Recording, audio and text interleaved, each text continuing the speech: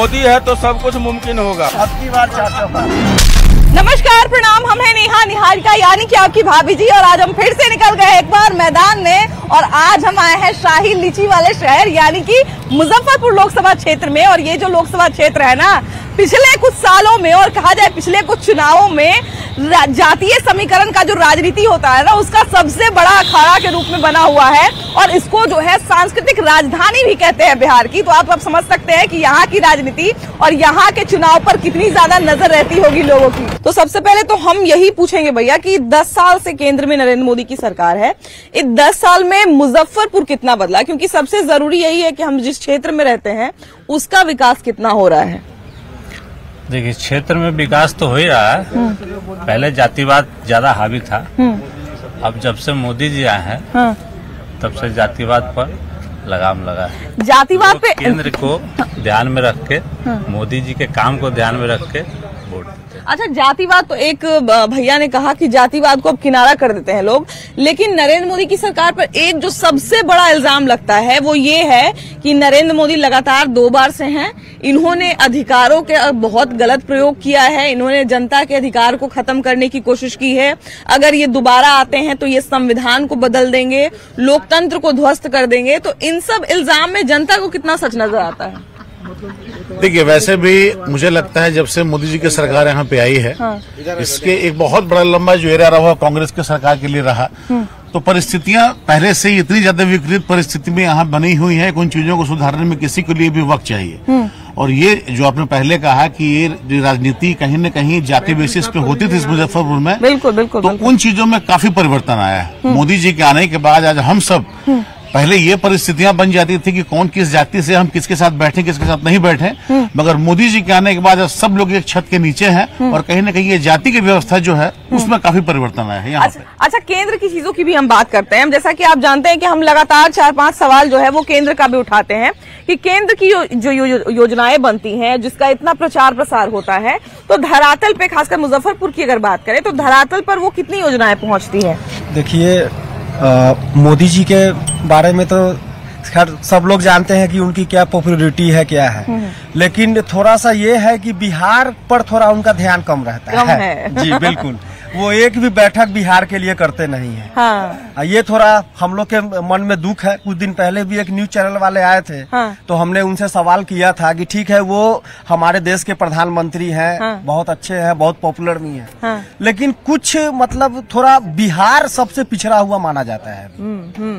तो बिहार पे कम से कम एक बैठक तो उनको करना चाहिए। बिल्कुल बिल्कुल, कि बिहार में अच्छा यूनिवर्सिटी हो, अच्छा मतलब अच्छा स्वास्थ्य का ये हो, यहाँ पे बड़ी बड़ी कंपनियां आए। हाँ। तो ये सब में थोड़ा जो है सो बिल्कुल, भैया ने बड़ी अच्छी बात कही है। और अभी देखिए, भैया ने कहा कि सीट भी अच्छी खासी मिलती है। सालों से विशेष राज्य का दर्जा की मांग उठ रही है। हाँ। लेकिन मोदी जी आज तक उसको सुनवाई नहीं दिए हैं। हाँ। और उनको उनके 40 सीट बिहार में है, 39 सीट हम लोग देने का काम किया। और इस बार भी 400 पार का जो नारा लग रहा है उसमें भी हमारा विशेष सहयोग होगा। एक सीट हमारा 100% मुजफ्फरपुर से उनके लिए होगा। लेकिन आज भी विशेष राज्य का दर्जा हमें नहीं मिल रहा है। अच्छा, लेकिन इस बार की भैया में हवाई अड्डा का बहुत दिनों से मांग हो रहा था, एम्स का मांग हो रहा था। लेकिन मुजफ्फरपुर में आज तक नहीं मिला, वो कैंसिल होकर कहीं और चला गया। फिर भी इतनी खुशी से कैसे वोट देने के लिए तैयार हैं? हर मोदी घर घर मोदी। अच्छा, अब की बार 400 पार। अच्छा, तो क्या केंद्र में वैसे काम हो रहे हैं जिसके दम पर आप वोट देना चाहते हैं? बस केंद्र के लिए ही है। और हम अपने सनातन धर्म को बचाना है। और हमें लगता है कि उनसे बड़ा कोई नहीं हमारे लिए रक्षक है। लेकिन भैया इस बार मतलब परिस्थितियां जो है वो थोड़ा सा यूनिक बनी हुई है, क्योंकि अजय निषाद हमको लगता है कि आपके पहले सांसद रहे हैं, इससे पहले 2 बार सांसद लगातार रहे हैं, और इस बार वो विरोध में लड़ रहे हैं। हाँ, इसका कारण है कि हम लोगों ने लगातार 2 से 3 बार उनको यहाँ से सांसद बनवाया। हाँ। लेकिन जैसी उम्मीद थी उनसे, हाँ। वैसा उम्मीदों पर वो खरा नहीं उतरे। हाँ। और उनका जो है थोड़ा फीडबैक पब्लिकों में अच्छा नहीं रहा। मतलब पब्लिकली वो घूमते नहीं थे, जीतने के बाद गए तो फिर उनका पता नहीं। हाँ। किसी से मिलना जुलना, किसी से कोई कांटेक्ट नहीं। हाँ।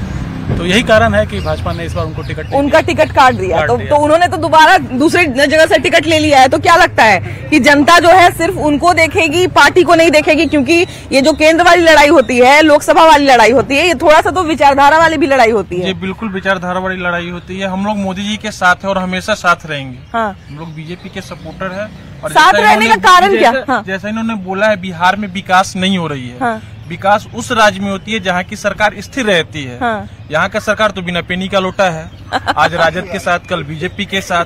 जब तक स्थिर सरकार नहीं रहेगी, हाँ, विकास नहीं होगा। अच्छा भैया, आपने एक बात कही है कि स्थिर नहीं है सरकार। सरकार में इस बार जब फिर से भूकंप आया था तो एक बड़ा इल्जाम जोर का लगाए थे नीतीश कुमार कि हमको काम ही नहीं करने दिया जा रहा है, मेरे सारे काम का क्रेडिट ले रहे हैं। और बाद में हम लोगों ने ये देखा भी कि नौकरी वाली लड़ाई हो गई है ना, कि नौकरी हमने दिया कि आपने दिया। इसका क्रेडिट आप लोग किसको देना चाहेंगे? क्रेडिट देखिए, ऐसा नहीं है कि तेजस्वी यादव जी काम नहीं किए, शिक्षा मंत्रालय उनके पास था। हाँ। तो जाहिर सी बात है क्रेडिट उनके पास जाएगी। हाँ। लेकिन नीतीश कुमार अपने सरकार को स्थिर नहीं रख रहे, एक जगह रख नहीं रहे, जिसके कारण बिहार का विकास नहीं हो रहा है। जो हाथ पैर अपना हिलाता है वहाँ कहीं गरीबी नहीं है। योजना अग्निवीर लाने की जरूरत क्या थी? 4 साल में रिटायर कर देंगे। अग्निवीर खुश है, अग्निवीर खुश है, सारा अग्निवीर खुश है। पब्लिक नाराज है अग्निवीर से, अग्निवीर वाला कोई खुश नहीं। 4 साल के लिए नेता लोग 5 साल के नहीं ना रहे, आप में मैरिट है तो आगे आपको काम मिलेगा। 5 साल के लिए रहेंगे, अग्निवीर 4 साल के लिए गलत कैसे ये साबित? कम समय के लिए, समय कम है इसलिए उनका अग्निवीर गलत कैसे? गलती है, ये पहले तो गलती है काम किए। मोदी का ये कहना है या जो भी नेता का अच्छा किया, सेना के लिए अच्छा काम किया, लेकिन अग्निवीर आप ही बताइए, सत्ता में 5 साल आप रहिएगा, अग्निवीर के लिए 4 साल, 4 साल को जो एक बार संसद बन जाता है उसको पेंशन मिलता है। क्या करना है पता है? आर्मी को क्या करना है पता है तुमको? बोलिए। रिजर्व में बैठा के रखेगा, सिर्फ पैसा तुम दोगे।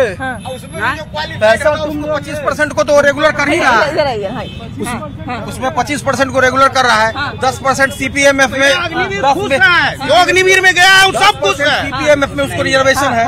उसके बाद हम नहीं बताएंगे, किसी भी अग्निवीर से पूछ लिए, भाई चाचा लोग नहीं जानते। सुनिए, नहीं हुआ 10 साल में दरभंगा चले गए। बिहार में दो गठबंधन जोड़े सरकार बनाओगे, बोलो काम नहीं होगा। गठबंधन को मोदी ने गठबंधन किया, नीतीश कुमार को हटा दिया, बोले किसी नहीं रखेंगे, हटा लिए। 10 साल से पहले बिहार का पूरा लोग कलेक्टर था, बड़ा बड़ा इंडस्ट्रियलिस्ट बिहार ही का था 10 साल पहले। इस 10 साल में सब बर्बाद हो गया। 10 साल से पहले सारा बिहार का लोग पूरे हिंदुस्तान में कलेक्टर। पहले खफा थे, सरकार बदल दी है। 10 साल में कुछ नहीं, फिर बदल दी सरकार। अच्छा भैया सुनिए, कांग्रेस घर घर जो शौचालय बना है, वोटिंग परसेंटेज कम हो रहा है, इसलिए पूरे देशवासियों से हम आग्रह करेंगे, निवेदन करेंगे कि सब लोग बूथ पर जाएं और अपने मतदान का प्रयोग जो है सो करें और एक अच्छे लोकतंत्र के निर्माण में सब लोग भागीदार बने। सब लोग घर में रहकर और घर से ही बात करके कि हमारा देश ऐसा हो जाए और ये हो जाए, ये नहीं, सब लोग अपने बूथ पे जाएं और अपना मतदान का प्रयोग करें और जो पसंद हो, जो अच्छा लगे उसको आप वोट करें और ज्यादा से ज्यादा मतदान करें। हम यही सारे लोकतंत्र, हम लोग को जो ये लोकतंत्र मिला है ना, बड़ी मेहनत से मिला है और बहुत दिक्कत से मिला है ना। तो हम लोग जो है वो सोशल मीडिया पे तमाम तरह की बातें कर देते हैं, हम लोग सड़क पे तमाम तरह की बातें कर देते हैं, लेकिन वोट देने नहीं जाते हैं। तो हम लोगों को जो है इस अपने अधिकार से, इस कर्तव्य से वंचित नहीं रहना चाहिए और हम लोगों को वोट देने जरूर जाना चाहिए। बाकी बदलाव की बात कर रहे हैं, विकास की बात कर रहे हैं। जो 65 साल में विश्व बैंक से कर्जा नहीं था, उससे दुगुना क्या कह रहे हैं भैया? बीजेपी क्या कर दिया नहीं कर दिया वो हम भी जान रहे हैं, आप भी जान रहे हैं, सारा समाज जान रहा है। और एक रामलीला मंदिर के नाम पर जो है आज से कितने बरस से पहले जो है होते रहा, अब वही मुद्दा खड़ा करके लोग जो है वोट लेना शुरू कर दिया। लेकिन आज उस चीज को निपटा दिया ना, माथी में जम्मू कश्मीर में जो है वह काम कर दिया ना। कांग्रेस और कोई भी, मेरा यह नहीं कहना है कि बीजेपी बने या कांग्रेस बने, कोई भी नेता बनेगा तो वही करेगा। लेकिन कुछ भी है, ऊंची दुकान फीकी पकवान, 100 में 80 बेईमान, फिर भी मेरा मोदी महान। ये तो कविता पढ़ दिए। तो कविता पढ़ दिए। ठीक है, सब लोग यहाँ लोकतंत्र है। हाँ। और सब लोग का अपना अपना एक भैया एक चीज तो काम का बात किया कि 2 मुद्दा जिसपे बार बार सरकार उलझती थी, वो 2 मुद्दा तो अब खत्म हो गया है ना, 370 वाला और राम मंदिर वाला, वो तो मुद्दा अब खत्म हो गया। तो अब जो है विकास के मुद्दों पर, शिक्षा के मुद्दों पर, इस पर कमेंट नहीं कर सकता हूँ। सिर्फ मैं मतदान के लिए सब लोग से निवेदन कर सकता हूँ कि सब लोग घर से निकलिए और मतदान करिए। कांग्रेस तो चोर है मैडम, 70 साल तक चोरी किया। अभी तो कह रहे कि ईडी सीबीआई के कुछ नहीं है। अगर कोई अच्छा काम कर रहा है, देखिए देश का भला वही करेगा जिसके आगे पीछे कोई नहीं। बेरोजगारी सिलेंडर का कितना हुआ है? बेरोजगारी कितना था? 400 का सिलेंडर महंगा लग रहा था, आज 1200 का सिलेंडर। महंगाई कितना था? बेरोजगारी कितना? क्यों नहीं मोदी जी के चूड़ी में काम हुआ रहता, क्यों नहीं बेचते? चुनाव लड़ते समझे, मुद्दा पर एगो मुद्दा पर चुनाव नहीं लड़ रहे। लेबर मिलता है। ये जो कांग्रेस के सरकार में सिलेंडर जो आपको मिल रहा था, इधर ये जो कांग्रेस के सरकार में सिलेंडर भैया मिल रहा था, ठीक है, ये 2012-13 तक क्या रेट था 13 में? ट्रेन का टिकट का बताइए, ट्रेन का टिकट का क्या रुपया दाम था, आज क्या रुपया दाम है? ये गैस सिलेंडर पे भैया, गैस सिलेंडर कहाँ जाते थे? कहाँ जाते भैया? कहाँ जाते थे? गैस सिलेंडर जहाँ से घंटा घर में लाइन में कहीं नहीं रहते थे, घर पर सब दिन एजेंसी घर पर पहुँचाता, आज भी एजेंसी घर पर पहुँचाता है। 24 घंटा आदमी बैठता था सिलेंडर पे लाइन लगा के और ऐसे बैठता था, समझे? ठीक है ना? मोदी है तो सब कुछ मुमकिन होगा। मोदी के जैसा प्राइम मिनिस्टर आज तक भारत को न मिला है न मिलेगा। लेकिन भैया शिकायत भी तो बहुत सारी है, शिकायत भी तो कर रहे हैं बहुत सारी। देखिए सरकार है, कुछ न कुछ तो काम करेगी। बिल्कुल बिल्कुल, किसी का भी काम को न करना नहीं, तो कमी भी रहेगी, कुछ न कुछ तो काम करेंगी। लेकिन हमें चुनना उसी में से जो ज्यादा काम करे। हमको चुनना है कि जो हम ज्यादा काम करके दे सके। ऐसा तो नहीं हो सकता कि सरकार हम चुन के भेजे। अच्छा भैया, लेकिन आपने जो बात कही है तो हमको लगता है कि आपकी जैसी स्थिति जिसकी है, आपने कहा कि 70 साल में हम लोगों ने जो नाराजगी देखी, जो समस्याएं देखी, उसके आधार पर हमने नरेंद्र मोदी को वोट दिया। आपने ये बात कही है ना, तो 70 साल में जो कमियां रही उसको पूरा करने के लिए आपने नरेंद्र मोदी को चुना, और 10 साल में ही आपने देख लिया कि अब वो सरकार काम नहीं कर सकती है। देखिए मेरा विरोध यही है, जिस चीज का विरोध करके मोदी जी आए थे ना, उस सब नियम खुद में संभाल। ये सबसे बड़ी शिकायत है आपकी। जिस चीज का विरोध करके आए थे ना, वो सब खुद काम करने लगे, समझे? अब भ्रष्टाचार की बात हो रही है ना कि कांग्रेस भ्रष्टाचार किया है, मानते कांग्रेस भ्रष्टाचार। क्या कह रहे हैं भैया? बिहार गवर्नमेंट का नौकरी होगा, ठीक है, और काम नहीं है। बोल रहा है हम लोग नहीं, आप अच्छी बात कर रहे हैं कि लोग क्या काम नहीं करना चाहते। हमेशा बदलाव चाहिए, बस इतना ही हम लोग। अच्छा, लोग सरकारी नौकरी की तरफ ज्यादा चाहते हैं, ऐसा है? सरकारी नौकरी तो चाहते ही हैं। क्या कह रहे भैया? हम लोग को कोई आरक्षण नहीं है, और हम लोग का बच्चा पढ़ के नौकरी ले रहा है, फर्स्ट क्लास नौकरी ले रहा है, कहीं बेरोजगारी नहीं है, बिना आरक्षण के ले रहा है नौकरी। क्या है ना, सवर्ण आरक्षण 100% आरक्षण है, उसमें सबको आरक्षण मिल गया। जो ऊंचे जाति के लोग हैं, नीचे जाति को कोई आरक्षण नहीं है, सारा खत्म हो गया आरक्षण। सवर्ण आरक्षण मिल रहा है, सवर्ण आरक्षण संपूर्ण आरक्षण, बस। अब उसमें 12-13% 15% है, 10% आप दे दिए किसी को, तो आरक्षण तो और लोग का सब खत्म हो गया ना, संपूर्ण आरक्षण हो गया। 10% लोग आने दीजिए ना कांग्रेस का सरकार, ओकरा बाद लीजिएगा कि आपका इतना उम्र होने के बाद, सुनिए सोच आपका कितना गंदा है कि इतना उम्र होने के बाद इस तरह की बात कर रहे हैं। लॉ एंड ऑर्डर के लिए मैं धन्यवाद देता हूं मोदी का। लॉ एंड ऑर्डर बहुत तेजी से सुधारे हैं, लेकिन इसका मतलब ये नहीं कि युवा के रूप से लड़ा रहे हैं। एक कांग्रेस में कोई नेता है, शिव कुमार नाम है, वो कहते हैं जब मोदी जी राम को लाए हैं तो हम शिव से लड़ा देंगे। बताइए शिव और राम में कभी लड़ाई हुआ है? अभी नहीं, बिल्कुल नहीं। दोनों एक दूसरे के इष्ट हैं। तब बिहार का 2 दिन तब ये सुधरेगा जब यहाँ का जनता एक पार्टी का सरकार बनाएगा। अच्छा, बिहार में सही में ये समस्या है क्या कि बहुमत किसी को नहीं मिलता है, इसलिए भी सरकार हिलती डुलती रहती है, अस्थिर रहती है, और विकास जो है बाधित होता है? ऐसा है क्या भैया कि बिहार सरकार स्थिर नहीं है, इसलिए भी केंद्र सरकार का फायदा यहाँ पे नहीं मिल पाता? क्या कहना है? बिहार सरकार यहाँ पे स्थिर नहीं है, बहुमत से नहीं आ पाती है, इसलिए भी यहाँ पे जो है काम करने में स्थिरता नहीं है। ऐसा कुछ नहीं है, ऐसा कुछ नहीं है, ऐसा कुछ नहीं है।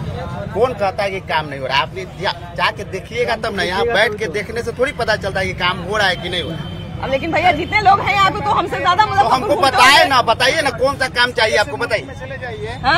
छोटे से मुल्क में चले जाइए तो ये आपको गंदगी नहीं मिलेगा। हाँ। छोटे से छोटे मुल्क में चले जाइए। हाँ। और हमारे यहाँ देखिए ये कौन करता जिंदगी है? इंसान की तरह लोग जी रहे हैं। हाँ। थोड़ा कैमरा इधर दिखाइए। हाँ। मोदी जी सही करेंगे। ये कौन करता कि हम आप करेंगे सही, हम नहीं आप न करेंगे। नगर निगम करेगा ये देखिए ये नहीं, ये तो नगर निगम करेगा, ये तो नगर निगम करेगा। 4 तारीख का इंतजार कीजिए, ठीक है। 400 पार मोदी सरकार लाने जा रही है। बस 4 तारीख को जवाब देंगे, ठीक है। देखिए दोनों बातें आज हम लोगों ने सुन ली। एक भैया है जिनका कहना है कि बिहार में और खासकर मुजफ्फरपुर की तरफ से जो है वो झटका लगेगा नरेंद्र मोदी की सरकार को, एनडीए की सरकार को। एक दूसरे भैया हैं जिनका कहना है कि नहीं, 4 तारीख को जो है वो 400 पार होगा। अब दोनों जनता का पक्ष जो है हमने सुन लिया, देख लिया और जान भी लिया। दोनों की अपनी बातें हैं, अपनी शिकायतें हैं, अपनी चीजें हैं, अपने मुद्दे हैं। लेकिन बात सही है कि 4 तारीख को ही पता चलेगा कि क्या होने वाला है। फिलहाल इस एपिसोड में इतना ही। ये थी हमारी मुजफ्फरपुर की जनता। अगले एपिसोड में हम लोग फिर से मिलेंगे एक नए जगह के साथ, ढेर सारे नए लोगों के साथ और ढेर सारे नए मुद्दों के साथ। लेकिन तब तक के लिए बाय बाय।